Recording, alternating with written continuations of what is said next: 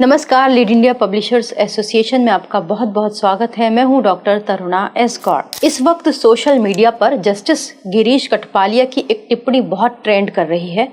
Post बनाकर डाली जा रही हैं और कई तरह की अफवाहें फैल रही हैं कि अब YouTube के माध्यम से पत्रकारिता बंद हो जाएगी। डिजिटल मीडिया के लिए कानून आने वाला है। जितने भी लोग फोन या माइक्रोफोन से पत्रकारिता करते हैं उनके खिलाफ एक्शन होगा। कुल मिलाकर सबको फर्जी घोषित कर दिया जाएगा। ऐसे में उन लोगों के मन में बहुत शंकाएं हैं जो डिजिटल माध्यम से पत्रकारिता कर रहे हैं। उनके पास कोई रजिस्टर्ड मीडिया का सपोर्ट नहीं है या फिर वो खुद एक रजिस्टर्ड मीडिया नहीं है। बहुत सवाल उठ रहे हैं, उनको परेशान किया जा रहा है। पहले हम मामला समझ लेते हैं कि ये टिप्पणी आखिर क्यों की गई, किसने की और इसके निहितार्थ क्या हैं, और फिर आपकी पहचान स्थापित करने के लिए समाधान बताएंगे। क्योंकि डिजिटल मीडिया से जुड़े हुए पत्रकार कोई एलियन नहीं है, बल्कि ये वो लोग हैं जो मीडिया संस्थानों से निकाले गए या फिर वो युवा हैं जो अपने क्षेत्र की और अपनी आवाज़ को सरकार तक पहुंचाना चाहते हैं लीगल वे में।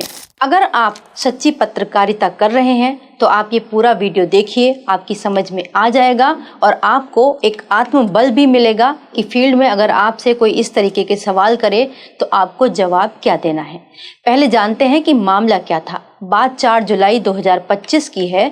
2 फ्रीलांस रिपोर्टर जो एक YouTube चैनल के माध्यम से पत्रकारिता कर रहे थे, वो दिल्ली के सीमापुरी में एक अनधिकृत कॉलोनी के अंदर वीडियो रिकॉर्डिंग कर रहे थे। उनका कहना था कि वो कथित अवैध रूप से बने एक धार्मिक स्थल यानी प्लेस ऑफ वर्शिप की रिकॉर्डिंग कर रहे थे। इसी बीच भीड़ आक्रोशित हो गई, उनके साथ मारपीट की गई, उनके मोबाइल फ़ोन तोड़ दिए गए, उनकी जो रिकॉर्डिंग डिवाइस थी वो नष्ट कर दी गई, यहाँ तक कि उनकी बाइक को भी तोड़ दिया गया। इतना ही नहीं, बचने के लिए उन्होंने एक बस में शरण ली, लेकिन भीड़ उनके पीछे बस में भी पहुंच गई और बुरी तरह उनको मारा पीटा। इसके बाद शिकायत इन दोनों रिपोर्टर्स ने दर्ज की और कुल इसके अंदर कुछ आरोपियों को अरेस्ट किया गया, जिनमें 4 को बेल पहले मिल गई, लेकिन अब 2 लोगों की बेल पर यहाँ पर सुनवाई हुई। इसी मामले की सुनवाई के दौरान दिल्ली हाई कोर्ट ने ये गंभीर टिप्पणी की। कोर्ट ने क्या टिप्पणी की? कोर्ट ने कहा कि कोई भी मोबाइल और माइक लेकर खुद को रिपोर्टर घोषित कर सकता है। कई लोगों के पास न पत्रकारिता के प्रशिक्षण है, न नैतिक मानकों की समझ है और न ही किसी के प्रति जवाबदेही है। फिर अदालत ने एक और महत्वपूर्ण बात कही कि प्रेस की स्वतंत्रता लोकतंत्र का आधार होती है, लेकिन इसका इस्तेमाल गैर जिम्मेदार पत्रकारिता, डराने धमकाने या फिर सार्वजनिक व्यवस्था को नुकसान पहुंचाने वाली सामग्री के लिए ढाल के रूप में नहीं किया जा सकता। अब कोर्ट के जो बात है, जो टिप्पणी है, उसके निहितार्थ को समझ लीजिए। कोर्ट ने कहा कि कोई भी मोबाइल और माइक लेकर खुद को रिपोर्टर घोषित कर सकता है। मैं इस टिप्पणी को पत्रकारों के खिलाफ नहीं मानती, मैं इसे पत्रकारिता के पेशे को बचाने की कोशिश के रूप में देखती हूँ। ये बात बिल्कुल सच है कि कोई भी इस वक्त मोबाइल फ़ोन लेकर अपने आप को एक रिपोर्टर की तरह प्रेजेंट करता है, लोगों से बातचीत करता है। जब तक वो लीगल दायरे में है, जिम्मेदारी से बात कर रहा है, तब तक ठीक है। लेकिन असल बात यह है कि एक पत्रकार के पास जब तक वैलिड प्रेस आई कार्ड ना हो, किसी रजिस्टर्ड मीडिया के द्वारा दिया हुआ प्रेस आई कार्ड ना हो, तब तक उसको रिपोर्टर नहीं माना जा सकता। लेकिन आजकल बहुत सारे YouTube चैनल हैं जो पत्रकारिता इसी माध्यम से करने लगे हैं और खुद को एक प्रेस कार्ड भी वो जारी करते हैं, लेकिन वो लीगल नहीं होता। तो जो समस्याएं आती हैं उसको वो फेस भी करते हैं। लेकिन इसकी फ़िलहाल 2 समाधान है, क्योंकि अभी तक कोई लीगल रजिस्ट्रेशन प्रोसेस है नहीं इनके लिए। उनके पास 2 सॉल्यूशन हो सकते हैं, या तो वो खुद का न्यूज़पेपर या न्यूज़ मैगजीन रजिस्टर्ड करवा सकते हैं, या फिर वो लीड इंडिया के साथ मीडिया टाई अप कर सकते हैं। अब बात करते हैं कोर्ट के दूसरे पॉइंट की। कोर्ट ने ये कहा कि कई लोगों के पास न तो पत्रकारिता के प्रशिक्षण है, न नैतिक मानकों की समझ है। अब यहाँ पर जो YouTube के माध्यम से पत्रकारिता करते हैं उनके मन में बहुत सारे सवाल हैं कि क्या अब डिग्री नेसेसरी हो जाएगी। उनके पास तो कोई डिग्री भी नहीं होती पत्रकारिता में, तो क्या वो पत्रकारिता अब नहीं कर पाएंगे, रिपोर्टिंग नहीं कर पाएंगे? तो इसका उत्तर नहीं है। मतलब वो पत्रकारिता कर सकते हैं, डिग्री को मैंडेटरी नहीं बनाया गया है, ना ही बनाया जा सकता है। लेकिन अगर हम बात नैतिक मानकों की करें तो कोर्ट की ये बात बहुत सही है। ऐसे बहुत सारे लोग हैं जो इस प्रोफेशन में आ गए हैं, उनको पत्रकारिता की जो नैतिक मर्यादा है, स्टैंडर्ड्स है, उनका जरा भी पता नहीं होता। कई बार वो खबरों को बिना किसी सत्यापन के डाल देते हैं, बिना वेरिफिकेशन के डाल देते हैं, और कई बार तो ऐसा होता है कि वो पीड़ितों की पहचान उजागर कर देते हैं, चाहे वो महिला हो या फिर बच्चे। तो कोर्ट की ये टिप्पणी यहाँ पर जायज है। इस तरीके से पत्रकारिता करने वाले लोग पीसीआई की गाइडलाइन का उल्लंघन कर रहे होते हैं, जो कि पत्रकारिता के मूल आधारों में शामिल होती है। और कई बार ऐसा भी होता है कि वो रिपोर्टिंग करते करते इतने जोश या आक्रोश में आ जाते हैं कि वो कब गैर जिम्मेदाराना रिपोर्टिंग करने लगते हैं उनको मालूम नहीं होता, क्योंकि उनके पास कोई जवाबदेही का सिस्टम नहीं है। उनके लिए कोई उनका एडिटर नहीं है जो पूछेगा कि तुमने ये उल्लंघन क्यों किया। तो ऐसे में नुकसान सबसे ज्यादा उन हजारों ईमानदार पत्रकारों का होता है जो वर्षों से नियम और नैतिकता के साथ काम कर रहे होते हैं। अब आपके मन में ये सवाल आएगा कि आखिर ये स्किल आप कहाँ से सीखेंगे, कहाँ से ये गाइडलाइन आपको मिलेगी, आप अपने आप को कैसे नैतिक रूप से मजबूत करेंगे और आप अपनी पत्रकारिता को जिम्मेदार बनाएंगे।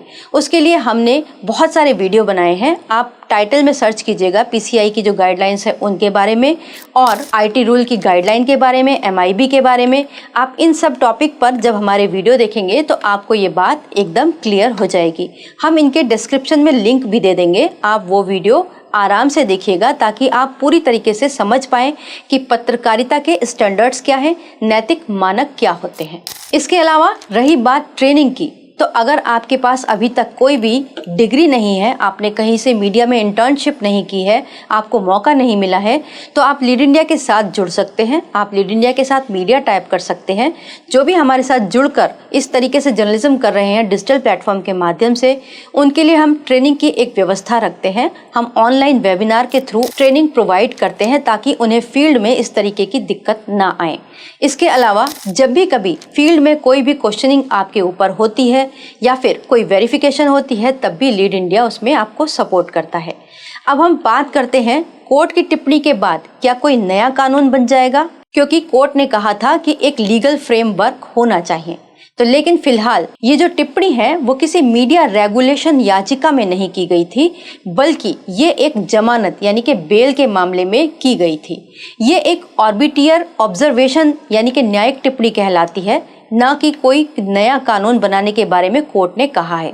ये बात कोर्ट ने 2 आरोपियों की जमानत की सुनवाई के दौरान कही। कोर्ट ने सरकार और विधायिका से कहा कि अब समय आ गया है कि एक रेगुलेटरी फ्रेमवर्क बनाने पर विचार किया जाए, जो एक ओर प्रेस की स्वतंत्रता की रक्षा करे और दूसरी ओर पेशेवर जवाबदेही, नैतिक मानकों और नागरिकों के अधिकारों को भी सुनिश्चित करे। मेरे हिसाब से इसमें नया कुछ भी नहीं है, ऐसी बातें पहले भी होती रही हैं। लेकिन हाँ, डिजिटल मीडिया जो बिना किसी एक निश्चित ढांचे या फिर मीडिया रजिस्ट्रेशन के चल रहे हैं, उनके लिए फील्ड में बहुत सारी प्रैक्टिकल दिक्कतें बढ़ेंगी।